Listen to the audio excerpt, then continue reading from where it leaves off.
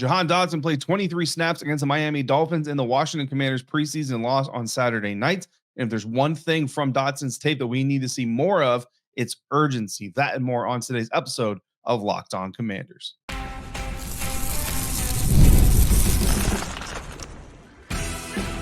You are Locked On Commanders, your daily podcast on the Washington Commanders.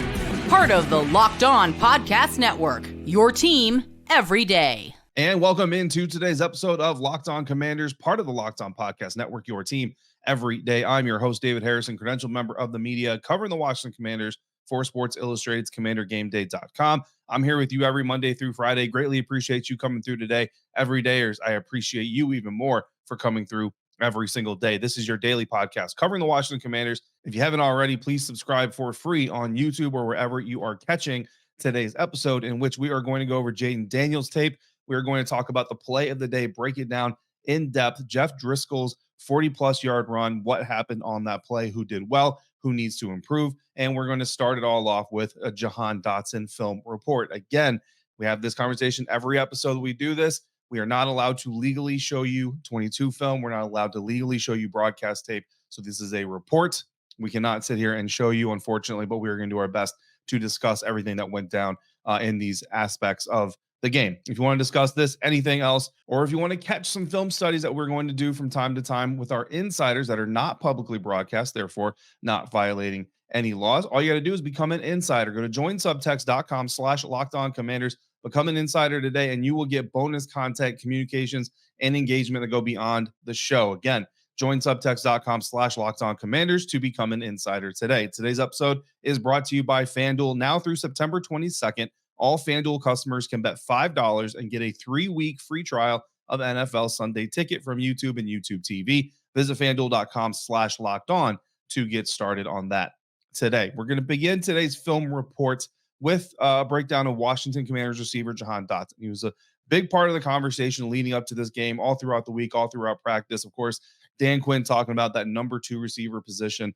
not really being solidified quite yet. And some people took that conversation all the way to mean that maybe Jahan Dotson doesn't even land on this roster, which I think is completely ridiculous. Jahan Dotson is going to be on the roster unless something incredibly dramatic happens between now and cut down day. But outside of that, Jahan Dotson will be on the team. The question is, what role is he going to play? So coming into the film review, I'm not coming into this thing to say, well, here's why Jahan Dotson will or won't be on the team.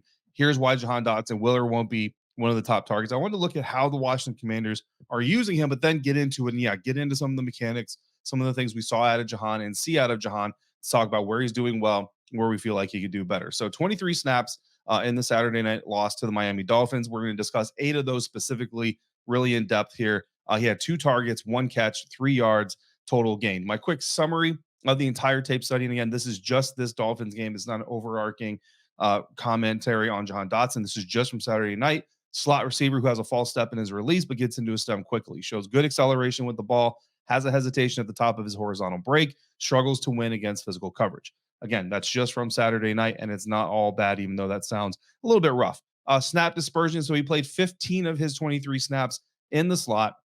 8 of them, he was out wide. One time, he was out wide with Jayden Daniels at quarterback and in a 2-receiver set. So that's kind of been part of this conversation, right? Your number 2 receiver essentially is going to be the guys on the field with Terry when they're in a 2-receiver set. Well, one of those times, Jahan Dotson with Jayden Daniels and Terry McLaurin was out wide with Terry McLaurin. Now, the Washington Commanders ran a 2-receiver set 14 times in total on Saturday. It's not just with Jayden, that's in total. 4 of those times, they did it with Jayden Daniels. In those 4 times that Jayden Daniels came out with a 2-receiver set, Jahan Dotson was the second receiver along with Terry McLaurin twice. One time he was slot aligned, so he wasn't wide, but both he and Terry were stacked on the same line of scrimmage. Same side of the line of scrimmage. And then De'Ami Brown got the other 2. Olamide Zaccheaus on Saturday did not get any of the 2-receiver looks with Jayden Daniels. So take that for what it's worth. Again, it's a 1-game snapshot. But Jahan Dotson, yes, getting a little bit of work in those 2-receiver sets with Jayden as the second receiver to Terry McLaurin, but so is De'Ami Brown. So looking at the 23 snaps, there's some run plays here. There's some kind of, not that they're all insignificant, but again, we can't cover every single rep in this episode. So I'm going to discuss 8 reps with you specifically. If you've got NFL Plus, or if you've got any, if you got the game DVR'd, you can kind of go back and watch these reps for yourself. But the first snap for Jahan Dotson is a screen pass to De'Ami Brown. Dotson gets into his blocking position, and I think what he did really well is he shows patience as a blocker. Doesn't sprint downfield to engage his defender, because that's how you could end up with an illegal contact penalty or a holding penalty, things like that. But he waits for the pass to be completed, engages his blocker, does a pretty good job there. More on his blocking here later. But right off the bat, snap one, that's something that a lot of people have talked about, is how much is Jahan's effort, when he's helping his teammates versus helping himself.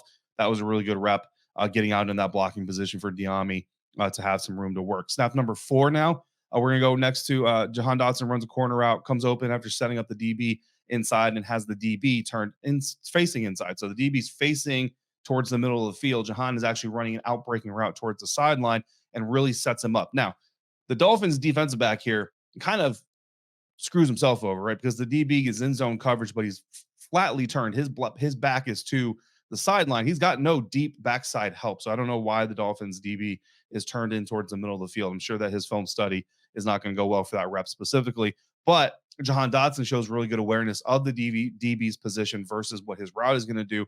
Kind of leans more inside in his stem to get that DB turned even more inside. And then when Dotson goes into his break, he cuts in front of the defensive back's face, forcing the DB to have to turn completely around 180 degrees. There's no way you're going to do that and keep up with Jahan Dotson. So he ends up running wide open down the field. The problem here is Jayden Daniels' read never takes him to Jahan Dotson's side of the field. Instead, Jayden hits Terry McLaurin on a 3-yard hitch that Terry breaks the initial tackle. You'll remember, takes it for 20 yards upfield. So great play, but you had a great play on either side of the field, which is good for play design for the Washington Commanders. Next snap is the next snap, snap number 5. Looks to me like he's running a speed out, but he kind of settles into the top of his break. So again, you have your release off the line of scrimmage. You run into your stem. At the top of your stem is your break. And when Jahan makes his break for what I believe is supposed to be a speed out, instead of taking that break foot or taking that break step and just angling outside into your flat, he kind of comes and settles and kind of tap dances a little bit and then breaks out like a more traditional out route. But the problem is Jayden Daniels is getting the ball out already. So the ball is out in front of Jahan when he comes out of his break, falls incomplete. And the reason I think it's a speed out is because the opposite side, which is a tight end and wide receiver, they're running the exact same combo. The tight end runs the tight end who's lined up inside like Jahan runs a speed out. And again, it just makes sense. And looking at the way that Jayden throws the ball, just looks like he's trying to get that speed out. And then the other problem is Jahan doesn't run out of his break. So he hits his break when he breaks outside into the flat, doesn't really run. He just kind of is jogging out of his break. You want to see him get a little bit more effort in there and run out of his break to give his quarterback as much room to throw the ball. Moving on now to snap 11. It's an RPO pass to Jahan Dotson. Jayden takes the ball. Doesn't actually really hand it to the running back. He's pretty much already sold that he's going to throw the ball. Gets it out a little bit high to Dotson, but he catches it. Gets 6 yards after the catch, 3 yards gain total because of the 3 yards behind the line of scrimmage that he started. Good effort to get upfield and get a little bit of yards on that play. Next snap is the next snap. Snap number 12. It's a short out route. Doesn't attack the cushion very well, and the DB doesn't bite on any type of vertical movement and sits right on the outbreaking route, which means that Jayden can't throw that ball. Snap number 14. A screen flat to a wide receiver. Again, Dotson gets in a good blocking position. The ball's not coming to him. The only problem is he doesn't seal the edge very well and give his teammate room to run. I think that's less of an effort thing and more of a deficiency, but limitation in Dotson's blocking ability. He is a little bit smaller. So I think that's more so something that he's going to get better at as a blocker as we get through all of these. And the snap 17 is a jet sweep play action to Jahan Dotson. Dotson does come open on the right side in the flat. Jeff Driskel runs for 41 yards. And the good thing there, Jahan Dotson runs downfield with him looking for work. That's kind of effort that you want to see out of your receiver. And then his final snap of the game is the last snap we're going to talk about in detail here. It's a fade route. Does not win on the route. Gets jammed up by his defender. Tries to attack the cushion. Tries to get an outbreak. The outbreak, I think, is a little bit early. Gives the defender a lot of time, relative time to kind of react to the outbreaking route.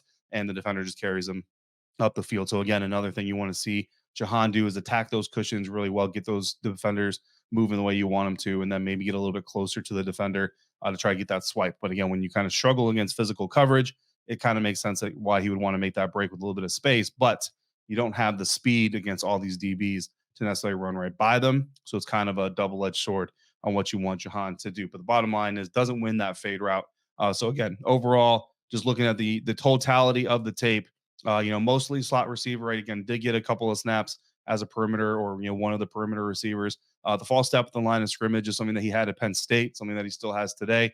Doesn't usually impact things too well. He seems, or too much seems to get into his stem and his break pretty quickly. Anyway, shows good acceleration when he has the ball, especially on that screen to gain 6 yards. While the defense is right at the line of scrimmage, and then that hesitation on the horizontal breaking route, something that he and Jayden Daniels are gonna have to work on. Either Jaden's gonna have to adjust his timing, knowing that that's coming, or Jahan is gonna have to learn how to get into those speed outs a little bit quicker. And then as far as the physicality in the blocking and again getting off of press coverage or physical coverage downfield, some of that is just going to be kind of what it is. At certain points, you look at a receiver and you kind of say, okay, you're probably not going to develop further than you already have. And I think kind of Jahan is in that wheelhouse there. Coming up next, we are going to look at the impact plays of the Washington Commanders' second preseason loss, what could potentially come from those. And then we're going to break down our play of the day, Jeff Driskel's 41-yard run. That's all coming up on today's episode of Locked On Commanders, part of the Locked On Podcast Network, your team every day.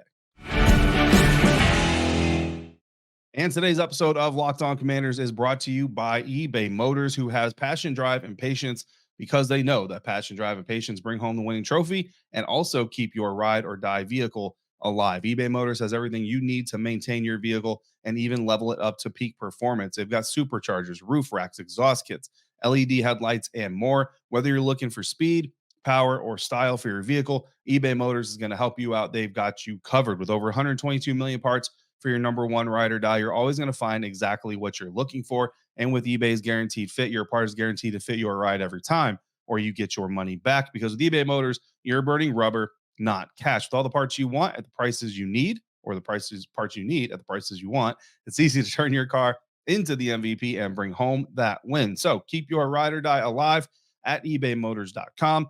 Eligible items only. Exclusions apply. eBay guaranteed fit. Only available to U.S. customers. The key play of the Washington Commanders' preseason loss against the Miami Dolphins was not one play, but rather 2 plays, missed field goals, and the repercussions of those are probably going to come sooner rather than later. Thanks for making Locked On Commanders your first listen of the day.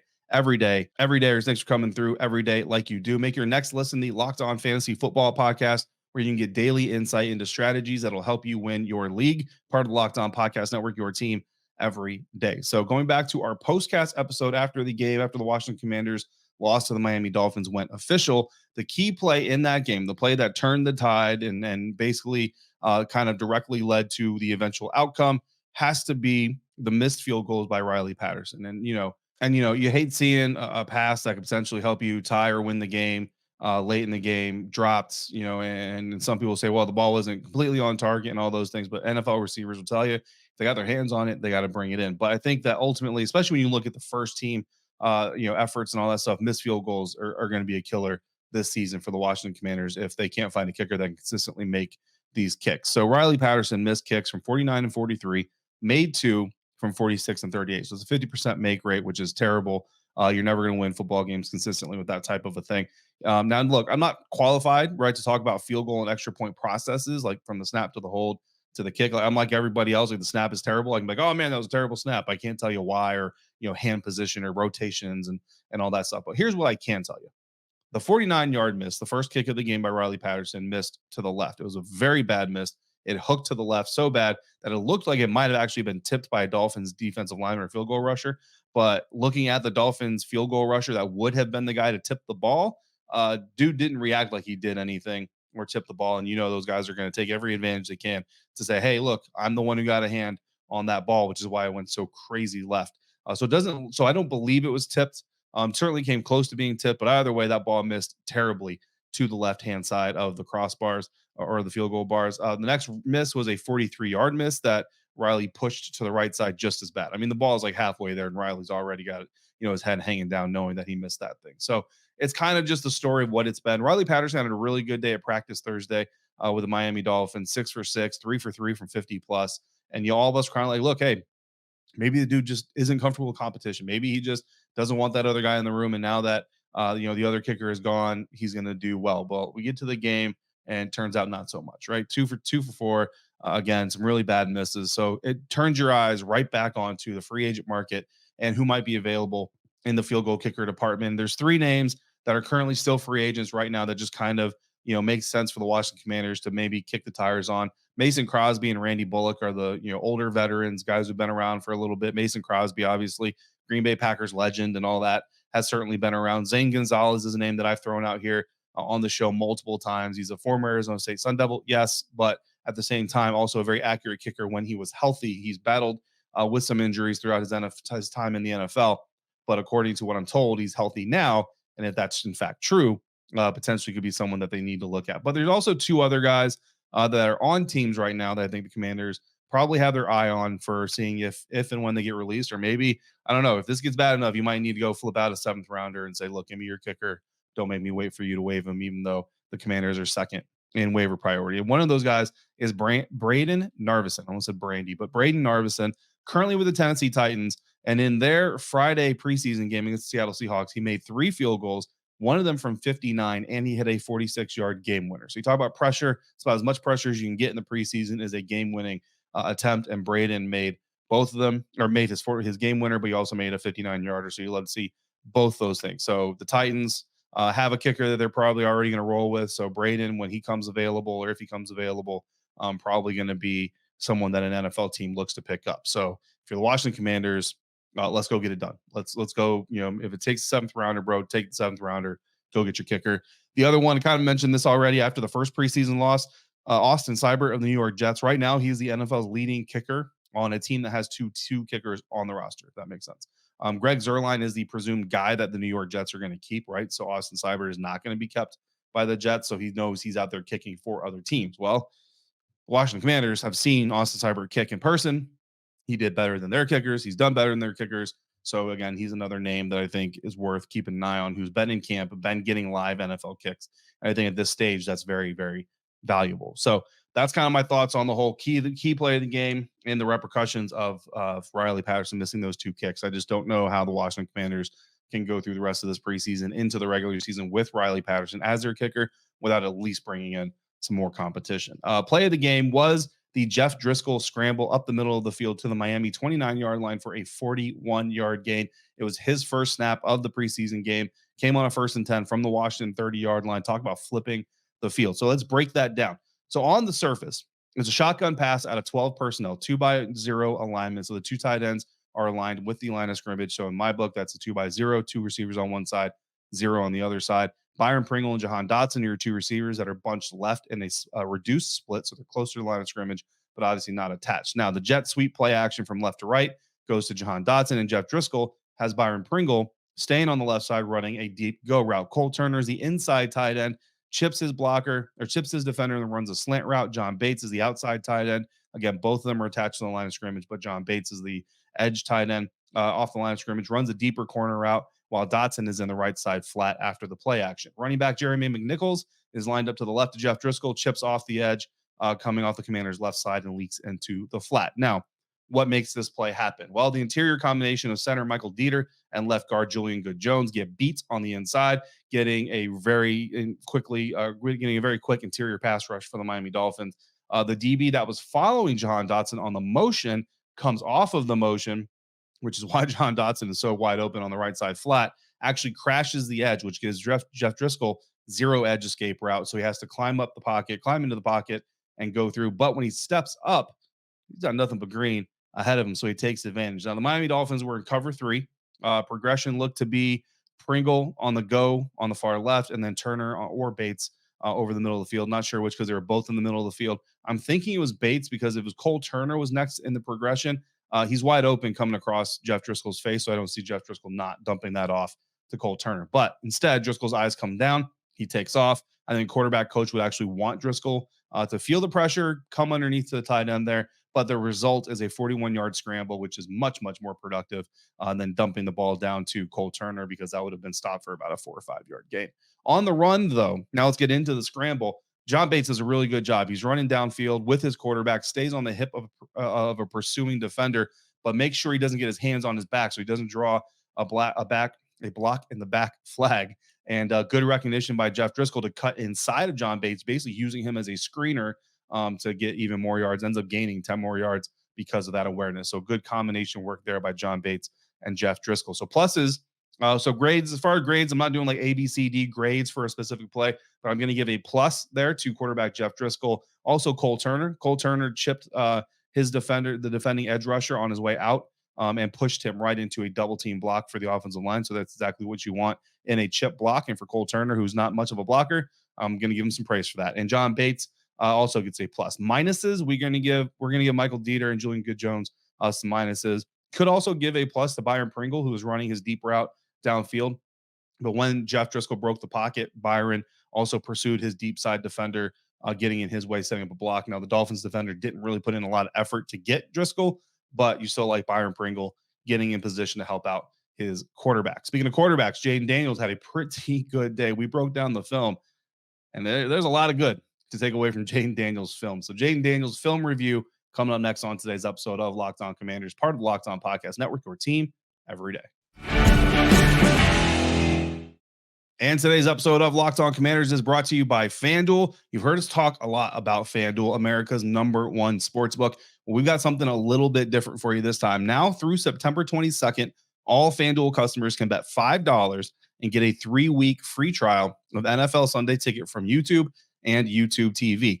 Then, with a YouTube TV base plan, you'll be able to watch every regular season Sunday afternoon out-of-market game with that Sunday Ticket trial. All you need is a Google account and a current form of payment, and you can cancel anytime. So the Nationals are not in action on Monday, but the Baltimore Orioles are, and they're 1.5 run underdogs against the New York Mets with plus 120 odds to win the entire game.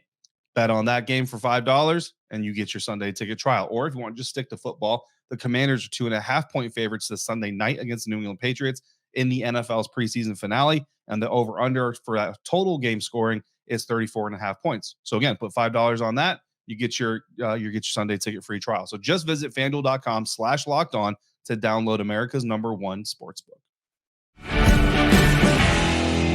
Wrapping up today's episode of Locked On Commanders, a film review episode following the game on Saturday night. We're going to do these all season long. Quarterback Jayden Daniels, we're going to watch his tape as well. 18 snaps, 10 for 12, 78 yards passing, 2 carries, 13 yards for handoff. So here are the notes that I got from his tape study. It was a lot of fun.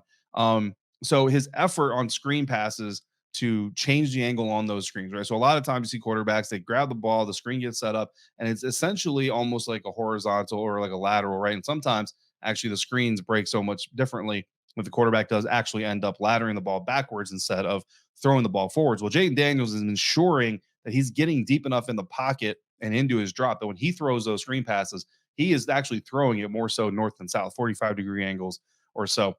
And I think it matters because you go back to the regular season game against Miami Dolphins last season, and if Sam Howell is making a bigger effort to get deeper into the pocket to give a more of a direct, up and down angle on screen passes, then one, maybe he sees the Dolphins defender in the way and just doesn't throw the ball, or two, maybe the angle changes and he's able to get that ball past that defender and to his receiver. That's what Jayden did on Saturday night. So really liked that effort on screen passes. And it's not just quarterback standing there saying, okay, let me just throw this easy pass over here. No, he's actually doing things to intentionally change the angle and affect the play. Good check on short hitches to ensure deeper side DBs aren't crashing down for potential INTs. So we talk a lot about quarterbacks looking safeties off and looking DBs off for deeper routes or intermediate routes, things like this. But you're actually seeing Jayden Daniels. He knows he's got a short hitch on, so he's kind of watching that inside slot defensive back or deep safety to make sure to hold them there, but also make sure that they're not crashing down to potentially intercept that pass. And I think that's just a really cool nuance to see a rookie doing and having kind of that awareness. His first run play of the day, we're talking a lot about the second one, right, where he took a little bit of a hit, but his first run play was actually an option keeper. He dives down to get back to the line of scrimmage for no gain instead of taking on the defensive back directly. I mean, that's kind of the thing you want to see him. Like, you don't gain any yards. It's not going to make a highlight reel. Honestly, nobody's even talking about it, but there actually is a demonstration there. Jayden understanding, like, I don't want to just take hits for the sake of taking hits. He gets down, preserves his body, and lives to play the next down. Also showing some great anticipation and trust on those hitch routes. The ball is out before the receiver breaks, giving him a chance to make catches even in close coverage. There's one specifically at Terry McLaurin, only gains about 3 or 4 yards, but because the ball is out before Terry makes his break, even though the DB had really close, tight coverage, Terry's able to make the catch, and the ball is there on time. On the out route to Jahan Dotson, we talked about in the earlier part of our film review, the incomplete was a little bit late. because it was more out in front. Now, I think again, you need the receiver to run out of his break. I think that helps. But Jayden threw a similar pass to De'Ami Brown later in the game on the right side, but the ball was caught in that situation because De'Ami ran out of his break. And I mean, you go back and the ball placement between the hash or between the numbers and the sideline looks to be pretty much the exact same. So Jayden is putting the ball in essentially the exact same spot. The difference, I think, is in one, the receiver breaks out of or runs out of his break, makes the catch. The other, the receiver doesn't run out of his break, doesn't make the catch. So I think that's a big difference there. And we're seeing that consistency in that ball placement from the quarterback. When he goes back, well, he's already done it by now, but when he goes back, watches the tape, that third down that he throws it up to Terry's first drive of the game, the Dolphins bring pressure off of Jayden's right side, and he kind of just throws it up to Terry, maybe give him a chance, maybe not.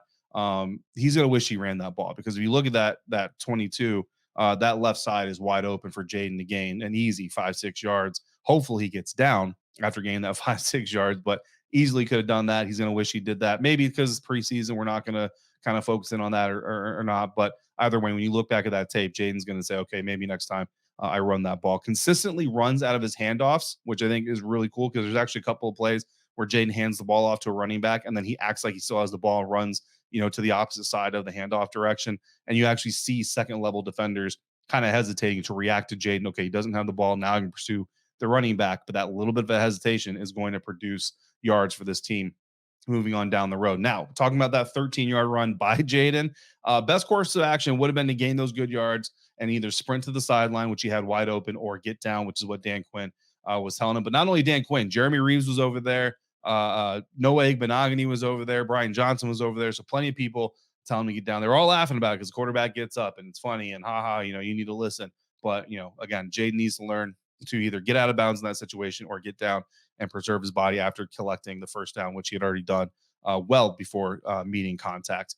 Something else that you really like to see, there's a pass to John Bates that was kind of quick over the middle, set up by play action, and Jayden's base coming out of play action, his base is boom. It's already there, ready to go. As soon as he takes that ball out of the running back's stomach, he's ready to throw the ball. I think that's something that you see veteran quarterbacks sometimes struggle with coming out of play action. So to see Jayden doing that is really encouraging. And then the way he's reading the defense and trusting his eyes, he's not wasting time to the end of a route. I watched one play specifically where he's got 3 progressions. He ends up throwing it to the 4th guy. And, his first progression is a deep route. You see him look over there. He sees the defense covering it. He comes off of it. Comes to a shorter route. Defense is there. Comes off of it. Goes to a 3rd route. Same thing. Defense has it covered. He wastes no time. Gets to his 4th receiver option. Dumps it off for a positive gain in relatively no time at all. And it's really cool to see that Jayden is not only moving his eyes, but trusting what he's seeing and making the decision. That's the key, making the decision that I'm not going there. So if I'm not going there, I'm going to go somewhere else. And he gets there before the defense can. So good things from Jayden Daniels film review, man. There's a lot of good stuff there. I'm sure the coaches are going to find some things to nitpick and get on him about, certainly not taking in contact and all those things. But from where we sit overall, very good day of work on Saturday for Jayden Daniels. That's going to finish up our film review episode here today. Coming up tomorrow, we'll have more to talk about. We have Dan Quinn Monday afternoon along with some players. So we'll have our Quinn's Quotes, our second episode of Quinn's Quotes coming up on Tuesday. In the meantime, if you got questions or comments, want to discuss anything we've been discussing here, all you got to do is text me. Go to joinsubtext.com/lockedoncommanders. Become an insider today. You can text me your thoughts, your questions, and we can interact beyond the show. Make the Locked On Fantasy Football Podcast your next listen of the day every day. Get your daily insight into the best fantasy draft strategies so you can win your fantasy league this season. As always, thank you for making Locked On Commanders your first listen of the day every day. Thanks for coming through on a regular basis like you do every dayers. And until we speak again, if you're out and about, please be safe, be kind, and I will see you back here next time for another episode of Locked On Commanders, part of the Locked On Podcast Network, your team every day.